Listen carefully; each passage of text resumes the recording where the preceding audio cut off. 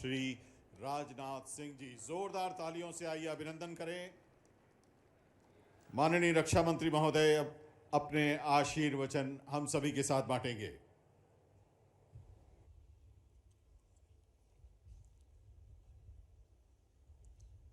बहनों भाई, मैं आप सभी से अनुरोध करूंगा कि एक बार सभी लोग हाथ उठाकर बोलिए, भारत माता की, भारत माता की। मध्य प्रदेश के यशस्वी मुख्यमंत्री डॉक्टर मोहन जी यादव और मध्य प्रदेश के पूर्व मुख्यमंत्री, जो इस समय भारत सरकार में केंद्रीय कृषि मंत्री के रूप में बखूबी अपनी जिम्मेदारी का निर्वाह कर रहे हैं, ऐसे हमारे मित्र और हमारे मंत्रिमंडल के सहयोगी श्रीमान शिवराज सिंह जी चौहान, श्री भगीरथ चौधरी जी, केंद्रीय राज्य मंत्री ग्रामीण विकास, कृषि एवं किसान कल्याण, करण सिंह जी वर्मा, राजस्व मंत्री, श्री एदल सिंह जी कंशाना, श्री नारायण सिंह जी कुशवाहा, श्री लखन पटेल, श्री नारायण सिंह जी पवार, नरेंद्र शिवाजी पटेल और हमारे उत्तर प्रदेश के कृषि मंत्री श्री सर प्रताप जी शाही, सांसद दर्शन सिंह चौधरी, मंचासीन, अन्य सभी सांसदगण, विधायकगण और मंत्रीगण। बहनों भाइयों, सबसे पहले इस मंच से यहाँ उपस्थित सभी अन्नदाता बहनों एवं भाइयों का मैं शीश झुकाकर हार्दिक अभिनंदन करता हूँ। आप सभी के बीच इस उन्नत कृषि महोत्सव में आकर सचमुच मुझे बेहद प्रसन्नता हो रही है, क्योंकि मैं भी किसान परिवार से ही आता हूँ, गांव का ही रहने वाला हूँ। रायसेन की धरती पर मैं मानता हूँ इस मेले का आयोजन निश्चित रूप से हमारे किसान भाइयों और बहनों के लिए निश्चित रूप से यह लाभदायक सिद्ध होगा। न केवल लाभदायक साबित होगा, बल्कि उनके जीवन की तस्वीर बदलने वाला होगा, ऐसा मेरा पक्का विश्वास है। साथियों, यह राष्ट्रीय कृषि मेला सरकारी योजनाओं के साथ बिचौलियों से मुक्त बाजार और सुरक्षित उपज, समृद्ध किसान की इस थीम पर यह केंद्रित है। मुझे बताया गया है कि यहाँ विभिन्न योजनाओं के अंतर्गत वेयर हाउस और कोल्ड स्टोरेज पर सरकार की ओर से दी जा रही छूट और ब्याज की आर्थिक सहायता की विस्तृत जानकारी दी जाएगी, ताकि किसान फसल कटाई के बाद वैज्ञानिक तरीके से भंडारण कर सही समय पर अपने अन्न को बेचकर वह बेहतर मूल्य प्राप्त कर सके। बहनों भाइयों, मैं इस भव्य मेले के आयोजन के लिए मंत्रिमंडल के हमारे साथी कृषि मंत्री श्री शिवराज सिंह जी चौहान और मध्य प्रदेश के जनप्रिय मुख्यमंत्री श्री मोहन जी यादव और प्रदेश के कृषि मंत्री श्री एदल सिंह जी कंशाना और इस आयोजन से जुड़े सभी लोगों को मैं हार्दिक बधाई देता हूं। बहनों भाइयों, इस मध्य प्रदेश की जनता को इस बात के लिए मैं विशेष रूप से बधाई देना चाहता हूं कि मध्य प्रदेश लगातार विकास के पथ पर तेजी से आगे बढ़ रहा है। यहां मध्य प्रदेश के भूतपूर्व मुख्यमंत्री, भूतपूर्व ही नहीं बल्कि मैं कहूंगा अभूतपूर्व मुख्यमंत्री श्री शिवराज सिंह चौहान जी भी उपस्थित हैं। आज मध्य प्रदेश से दिल्ली भले चले गए हों, पर मैं देखता हूं कि मध्य प्रदेश आपके मन में यश का तस विद्यमान है। यह देखकर मुझे बेहद खुशी होती है और मैं समझता हूं कि हमारे वर्तमान मुख्यमंत्री जिस लगन के साथ, जिस परिश्रम के साथ वह काम कर रहे हैं, आपके अनुभव का लाभ हमारे वर्तमान मुख्यमंत्री श्री मोहन सिंह जी यादव को निश्चित रूप से प्राप्त होगा और यह मध्य प्रदेश दिन दोगुने रात चौगुने ताकत के साथ अपने कदम आगे बढ़ाएगा। मेरे बहनों भाइयों, अपने कार्यकाल में आपने जनता के सर्वांगीण विकास के लिए जो भी प्रयास किए, उन्होंने भारत के हृदय प्रदेश को यानी मध्य प्रदेश को एक अलग पहचान दी है। और खुशी की बात यह है कि आप सबकी जनोन्मुखी और विकास की विरासत के प्रदेश के वर्तमान मुख्यमंत्री श्री मोहन यादव जी ने न केवल अच्छी तरह से संभाला है, बल्कि तेजी से उसे आगे बढ़ाने का काम कर रहे हैं। और मैं यह भी कहना चाहता हूं, मैं इसके लिए आप दोनों को और इस मध्य प्रदेश की जनता को भी अपनी तरफ से मैं हार्दिक बधाई देता हूं। साथियों, मध्य प्रदेश की इस माटी में कुछ न कुछ तो खास बात है। यहाँ के किसानों की मेहनत, उनकी लगन अपने आप में एक प्रेरणा देती है। वैसे तो जब भी समय मिलता है मैं मध्य प्रदेश आता रहता हूं। यहाँ के लोगों से मिलना, उनसे बातचीत करना, मैं देखता हूं कि अन्य राज्यों की अपेक्षा यहाँ उसका एक अलग ही अनुभव होता है। यहाँ के लोगों का अतिथि सत्कार, आपकी बोली, आपका व्यवहार हमेशा कोई भी आए उसका दिल जीत लेता है। यह मैंने मध्य प्रदेश की खासियत देखी है। और उसमें भी यदि अपने किसान साथियों की मैं बात करूं तो आप सबसे मिलना तो हमेशा ही एक अलग अनुभव होता ही है। आप सब इस देश की ताकत हैं। आपके बिना इस देश की थाली में अन्न नहीं पहुंच सकता, जीवन आगे नहीं बढ़ सकता है। आज मैं यदि यहां पर उपस्थित हूं तो आप सबके बीच किसी रक्षा मंत्री के तौर पर ही मैं केवल नहीं आया हूं, बल्कि एक ऐसे व्यक्ति के तौर पर आप सबके बीच में यहां उपस्थित हूं जो खुद भी एक किसान परिवार से आता है। और आप सबके बीच आना मेरे बहनों भाइयों तो हमेशा अपने परिवार के बीच आने जैसा होता है। ऐसा मैं मध्य प्रदेश में आने पर अनुभव करता हूं मेरे बहनों भाइयों। इसीलिए हमारी हमेशा यह सोच रहती है कि हम अपने किसान भाइयों और बहनों के लिए कुछ बेहतर कर सकें। और हमारे प्रधानमंत्री जी ने हमेशा कहा है, किसान हमारे देश की अर्थव्यवस्था की रीढ़ है। और यह सिर्फ कहने की बात नहीं है। बीते वर्षों में आप जो भी कृषि क्षेत्र में काम हुआ है उसके पन्नों को पलटकर आप देखिए, आप इस नतीजे पर पहुंचेंगे कि बीते सालों में हमारी सरकार ने किसानों के लिए जो काम किए हैं वह निश्चित रूप से अपने बेमिसाल हैं। उन सब सारे कामों की बहुत विस्तार में जाकर मैं यहाँ चर्चा नहीं करना चाहता हूँ। यहाँ बहुत सारे मैं देख रहा हूँ, इतनी बड़ी संख्या में किसान साथी मौजूद हैं। आप में से अनेक लोग प्रधानमंत्री किसान सम्मान निधि के यहाँ पर लाभार्थी भी बैठे होंगे, ऐसा मेरा विश्वास है। और इस योजना के तहत हर साल हमारे साथियों के बैंक खातों में 6-6 हजार रुपये डाल जाते हैं। पहले यदि 6,000 रुपया किसानों को यदि कोई देने की भी कोशिश करे तो आधा का आधा पैसा तो दूसरे लोगों की जेबों में चला जाता था। बामुश्किल आधे से कम पैसा किसानों को मिला करता था। लेकिन एक ऐसा सिस्टम हमारी सरकार ने विकसित किया, जितना पैसा दिल्ली के बैंक से निकलता है पूरा का पूरा पैसा आपके खाते में पहुंचता है। एक पैसा भी इधर उधर नहीं होने पाता है। मेरे भाइयों, मैं मानता हूं जो यह सहयोग, जो सहायता सरकार के द्वारा किसानों को दी जा रही है, यह कोई दान नहीं है। मैं मानता हूं यह आपकी परिश्रम, आपके मेहनत का यह सम्मान है।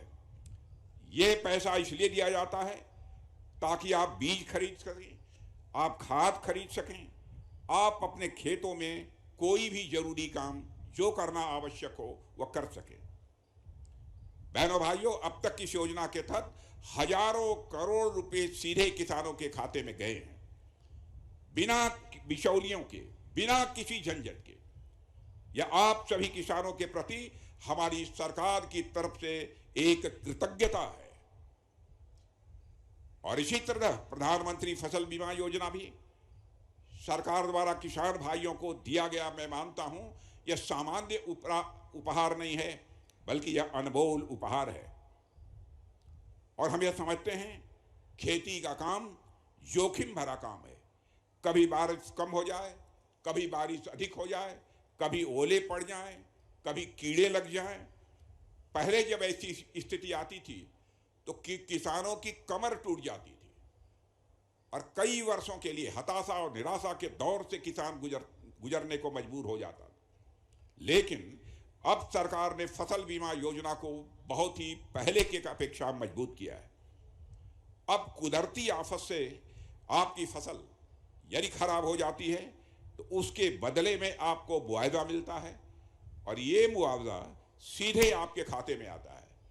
और मैं समझता हूं यह किसी भी किसान के लिए बहुत बड़ी राहत है। यह कोई छोटी राहत नहीं है, यह कोई सामान्य राहत नहीं है। बहनों भाइयों, सरकार ने उपज को बेहतर करने के लिए मृदा स्वास्थ्य कार्ड भी किसान भाइयों को दिए हैं। आप में से भी अनेक लोगों के पास यह कार्ड होगा, ऐसा मेरा विश्वास है। और इस योजना में हर किसान को एक कार्ड दिया जाता है, वह अपनी मिट्टी की जांच करा सकता है ताकि पता चल सके कि उसकी जमीन में क्या कमी है और कौन सा पोषक तत्व जमीन में डालना चाहिए ताकि जमीन की उत्पादकता बढ़ सके। इससे किसान का बेवजह पैसा बर्बाद नहीं होता है। किसान को पता चलता है कि उसकी जमीन को क्या चाहिए और इससे उत्पादन बढ़ता है, और केवल उत्पादन ही नहीं बढ़ता है बल्कि लागत भी घटती है। मेरे बहनों भाइयों, हमारी सरकार ने किसानों के लिए योजनाएं तो बनाई हैं, साथ ही साथ खेती से जुड़े हुए अन्य चीजों पर भी ध्यान दिया है हमारी केंद्र की सरकार ने।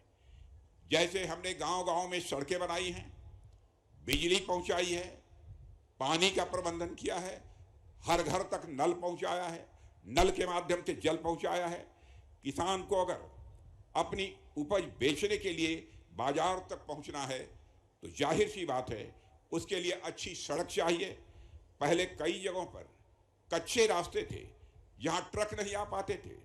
अब सरकार ने लाखों करोड़ों रुपए खर्च करके गांवों को शहरों से जोड़ा है और सरकार ने बिजली के कनेक्शन घर घर तक पहुंचाए हैं ताकि किसान यदि बिजली के माध्यम से सिंचाई करना चाहता है तो ठीक तरीके से बिजली के माध्यम से भी वह सिंचाई कर सके। मेरे बहनों भाइयों, हमने देश भर के मंडियों को ऑनलाइन किया है ताकि किसान एक जगह पर बैठकर देश में कहीं भी जहां भी अपनी उपज को बेचना चाहता है, घर बैठे बैठे अपनी उपज को बेच सकता है। न्यूनतम समर्थन मूल्य का जहां तक प्रश्न है, पिछली सरकारों ने भी जो किया है उसको आप देख लीजिए, और हमारी सरकार ने जो भी किया है, लगातार न्यूनतम समर्थन मूल्य को बढ़ाने का काम मोदी जी के नेतृत्व की हमारी इस सरकार ने किया है। मैं मानता हूं मेरे बहनों भाइयों, यह बातें कोई छोटी बातें नहीं हैं, बल्कि इन प्रयासों से किसानों के जीवन में बहुत बड़ा बदलाव भी आया है। लेकिन मैं मानता हूं जितना बदलाव आया है यह अभी पर्याप्त नहीं है। किसान भाइयों के लिए, गांव के लिए, कृषि के लिए अभी बहुत कुछ करने की जरूरत है।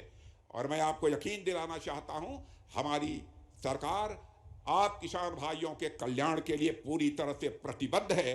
हम पैसे की चिंता नहीं करेंगे, धन नहीं आने पाएगा, यह मैं आपको विश्वास दिलाता हूं।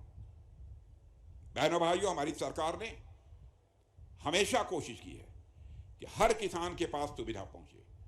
हमारी सरकार किसानों को समर्पित सरकार है और मैं खुद लगभग कई वर्षों से राजनीतिक जीवन में हूं और ईश्वर की कृपा से और आप सभी के आशीर्वाद से जीवन में कई जिम्मेदारियों का मैं निर्वाह कर चुका हूं। एक समय तो मैं कृषि मंत्री भी रहा हूं, जैसा हमारे शिवराज सिंह जी चौहान ने बताया, लेकिन मैं कहीं भी रहा, मेरे अंदर का किसान कभी नहीं गया है। बहनों भाइयों, यह मैं रक्षा मंत्री होते हुए भी मैं कह सकता हूं। जहां भी रहा हूं, मेरे अंदर का किसान यह सदैव जीवित रहा है।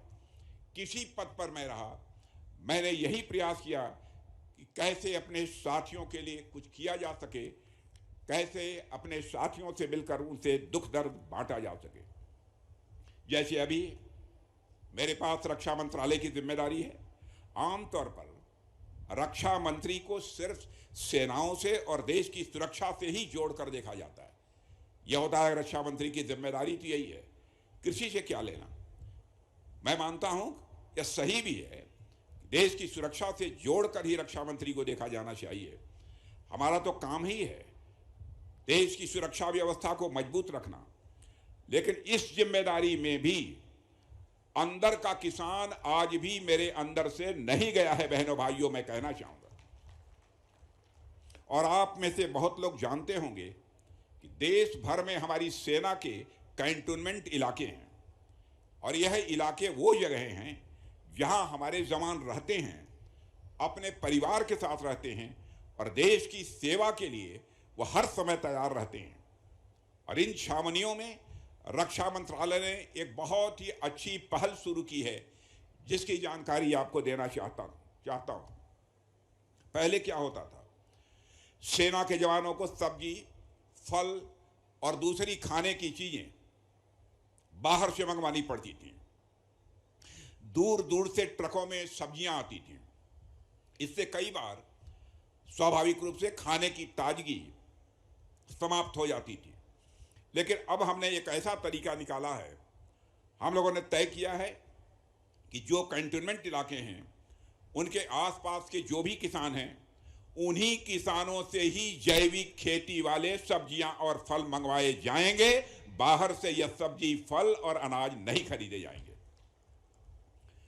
यानी कि आप किसान भाई अपने खेतों में जैविक तरीके से बिना किसी केमिकल खाद के जो सब्जियां और फल उगाते हैं वह सीधे हमारे जवानों की थाली में पहुंचेगा। मेरे किसान भाइयों, इससे आपको स्वाभाविक एक फायदा होगा, क्योंकि आपकी पैदावार को आप हमारे किसानों तक पहुंचाया जाएगा, उसकी अच्छी कीमत आपको मिलेगी।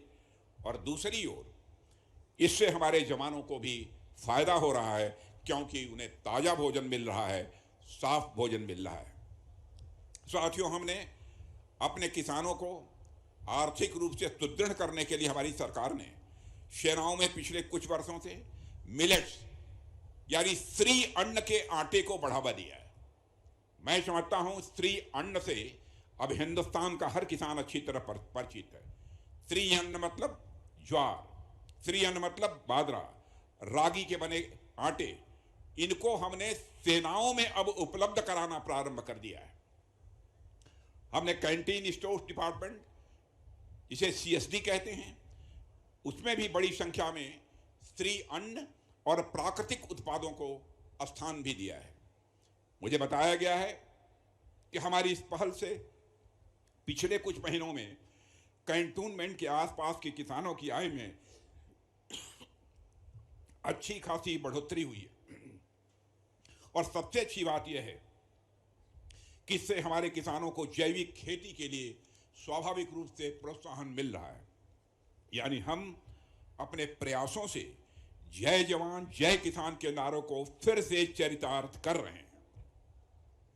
मेरे बहनों भाइयों, हमें इस बात का एहसास है एक किसान पूरे देश की अर्थव्यवस्था को चलाता है। मैं यह बात पूरी जिम्मेदारी से फिर से कह रहा हूं, एक किसान पूरे देश की अर्थव्यवस्था को चलाता है। आपने सुना होगा अर्थव्यवस्था 3 हिस्सों में बटी होती है। पहला होता है प्राथमिक क्षेत्र, जिसमें खेती और पशुपालन जैसी चीजें आती हैं। दूसरा होता है द्वितीय क्षेत्र, जिसमें उद्योग धंधे आते हैं। और तीसरा होता है तृतीय क्षेत्र, जिसमें बैंक आते हैं, ट्रांसपोर्ट आते हैं, दुकानें आती हैं, होटल आते हैं, स्कूल आते हैं, इंटरनेट जैसी सेवाएं आती हैं। मान लीजिए किसान ने गेहूं उगाया। अब ये गेहूं कहाँ जाता है? पहले किसान उसे बाजार ले जाता है। उस गेहूं को ढोने के लिए ट्रक या टेम्पो चाहिए। फिर वो गेहूं आटा मिल में पहुंचता है और वहां से पीस कर आटा बनाया जाता है। और फिर वो आटा बिस्कुट बनाने के लिए फैक्ट्री में आता है या ब्रेड बनाने के लिए फैक्ट्री में जाता है।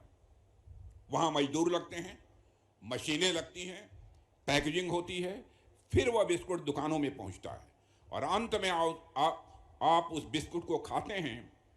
यानी आप भी उस पूरी चेन के एक हिस्सा ही होते हैं। मेरे बहनों भाइयों, अगर किसान गेहूं नहीं उगाए तो आटा मिलों में कैसे काम होगा? ट्रांसपोर्ट का काम भी प्रभावित होगा। फैक्ट्रियों और दुकानों की गतिविधियों पर भी इसका स्वाभाविक रूप से एक असर दिखाई देगा। यानी कि एक तरह से किसान की मेहनत इस पूरी व्यवस्था की एक अहम शुरुआत है, जिससे कई लोगों को काम और रोजगार मिलता है। असल में किसान को देखा जाए तो वह उस आधार की तरह है जिन पर यह पूरी चेन तेजी के साथ चलती है। तो चाहे कोई भी क्षेत्र हो, कोई भी व्यक्ति हो, सबकी जड़ें किसान की जमीन में ही गड़ी हुई हैं। सबको इस सच्चाई को समझना भी चाहिए। इसलिए मैंने कहा है, किसान सिर्फ अन्न नहीं उगाता है, वह पूरी अर्थव्यवस्था को उगाता है, वह रोजगार को उगाता है, वह उद्योग को उगाता है, वह सेवाओं को भी उगाता है। किसान के बिना यह सब कुछ बेजान है। इसलिए हम हर खेती के पेशे को बड़े सम्मान की दृष्टि से हम सभी देखते हैं। और मैं खासकर अपने युवा साथियों से कहना चाहूँगा, आप इस पेशे से ज़्यादा जुड़ें। चाहे अन्य क्षेत्रों में भी काम करते हों, लेकिन आपको इस कृषि क्षेत्र से जुड़ना चाहिए। और मेरे बहनों भाइयों, आज हमारे देश का युवा आज हर क्षेत्र में शानदार प्रदर्शन कर रहा है, उत्कृष्ट प्रदर्शन कर रहा है। तकनीक और नवाचार, टेक्नोलॉजी और इनोवेशन में उसका योगदान इस समय भारत में जो है, आपको जानकर खुशी होगी, उसकी सराहना केवल भारत में ही नहीं हो रही है, बल्कि सारे विश्व में हो रही है। और यह गर्व की बात है कि भारतीय हमारा नौजवान वैश्विक स्तर पर अब अपनी पहचान बना रहा है। लेकिन यह भी आवश्यक है, जितना ध्यान सर्विस, स्पेस और अन्य क्षेत्रों पर दिया जा रहा है, उतना ही कृषि क्षेत्र पर भी दिया जाना चाहिए। अक्सर खेतों की पारंपरिक और कठिन कार्य खेतों में काम करना यह समझा जाता है, जबकि आज इसे आधुनिक तकनीकों के माध्यम से अधिक सरल और लाभकारी बनाया जा सकता है। इसमें भी कहीं दो मत नहीं है। साथियों, युवाओं के पास, नौजवानों के पास ज्ञान भी है, ऊर्जा भी है और इनोवेशन यानी नवाचार करने की क्षमता भी है, जिसमें कृषि की ओर भी मोड़ने की आवश्यकता है, इसे कृषि की ओर भी मोड़ने की आवश्यकता है। ड्रोन हो, सेंसर हो, मोबाइल तकनीक के जरिए खेती को स्मार्ट बनाया जा सकता है। आजकल खेती के कामों में ड्रोन का उपयोग किस तरीके से हो रहा है, प्रत्यक्ष आपने अपनी आंखों से देखा होगा, न देखा होगा, एक डेमोन्स्ट्रेशन के रूप में यहां आपको देखने को मिलेगा। जैसे मिट्टी के नमी की जानकारी, मौसम का पूर्वानुमान और फसलों की निगरानी तकनीक के सहारे की जा सकती है, यानी टेक्नोलॉजी के सहारे की जा सकती है। इसके अलावा बिना मिट्टी के खेती, छतों और बागवानी जैसे नए प्रयोग कम संसाधनों से अधिक उत्पादन संभव बना रहे हैं। इस समय यह सारे देश में यह सिलसिला चल रहा है। मेरे किसान भाइयों, खाद्य प्रसंस्करण, फूड प्रोसेसिंग भी मैं मानता हूं एक महत्वपूर्ण क्षेत्र है। यहां कच्चे उत्पादों को मूल्यवर्धित करके अधिक लाभ कमाया जा सकता है और साथ ही स्टार्टअप संस्कृति के माध्यम से युवा सीधे उपभोक्ताओं तक उत्पाद पहुंचाकर बिचौलियों की भूमिका को भी हमारा यह नौजवान कम कर सकता है।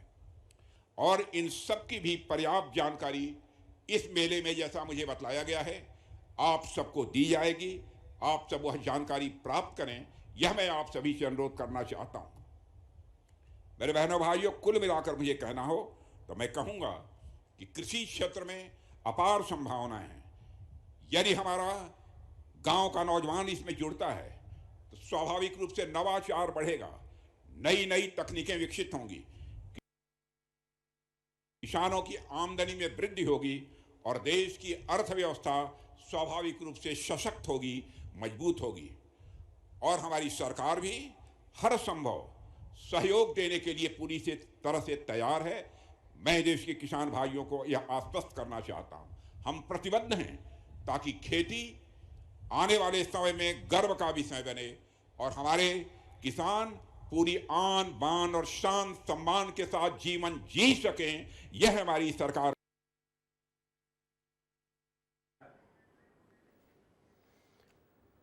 तो रक्षा मंत्री राजनाथ सिंह को आप सुन रहे थे, जिन्होंने इस पुनीत प्रयास में बाबा महाकाल की कृपा बनी ही रहेगी और आप सबका आशीर्वाद बना रहेगा। और फिर से मैं आप सबको धन्यवाद करता हूं कि आप सबने मुझे यहां पर आमंत्रित किया है। और शिवराज सिंह जी चौहान एक कृषि मंत्री के रूप में मैं देखता हूं किस तरीके से केंद्र में अपनी जिम्मेदारी निभा रहे हैं। बहनों भाइयों, लंबे समय तक यहां के मुख्यमंत्री रहे हैं, कई तरह के विभागों की जिम्मेदारी उन्होंने संभाली है, बखूबी संभाली है। लेकिन आपने वैसे तो काम करते हुए उन्हें कृषि मंत्री के रूप में नहीं देखा होगा, लेकिन संसद में जब सांसद सवाल पूछते हैं तो उसका जवाब देते हुए आपने शिवराज सिंह जी चौहान को देखा होगा। और मैं कह सकता हूं कि जिस स्मार्टली, एक स्मार्ट व्यक्ति की तरह, जैसे लगता है कि बहुमुखी प्रतिभा का कोई व्यक्ति हो, जिस तरीके से वह जवाब देते हैं उसकी सभी लोगों के द्वारा प्रशंसा की जाती है। मैं समझता हूं रायसेन संसदीय क्षेत्र की जनता के लिए यह गौरव का यह विषय होना चाहिए। मेरे बहनों भाई, मैं ईश्वर से प्रार्थना करता हूं कि आपके खेतों को भरा रखे यह परमात्मा, और तथा देश का पेट भरने का जो पुण्य आप कमा रहे हैं उसे दिन दूनी और रात चौगुनी उसमें वृद्धि हो। इसी आशा और विश्वास के साथ इस महोत्सव की सफलता की कामना करते हुए और आप सबको धन्यवाद देते हुए अपना निवेदन समाप्त करता हूं। आप सबको बहुत बहुत धन्यवाद। बोलिए भारत माता की। भारत। रक्षा मंत्री राजनाथ सिंह को आप सुन रहे थे।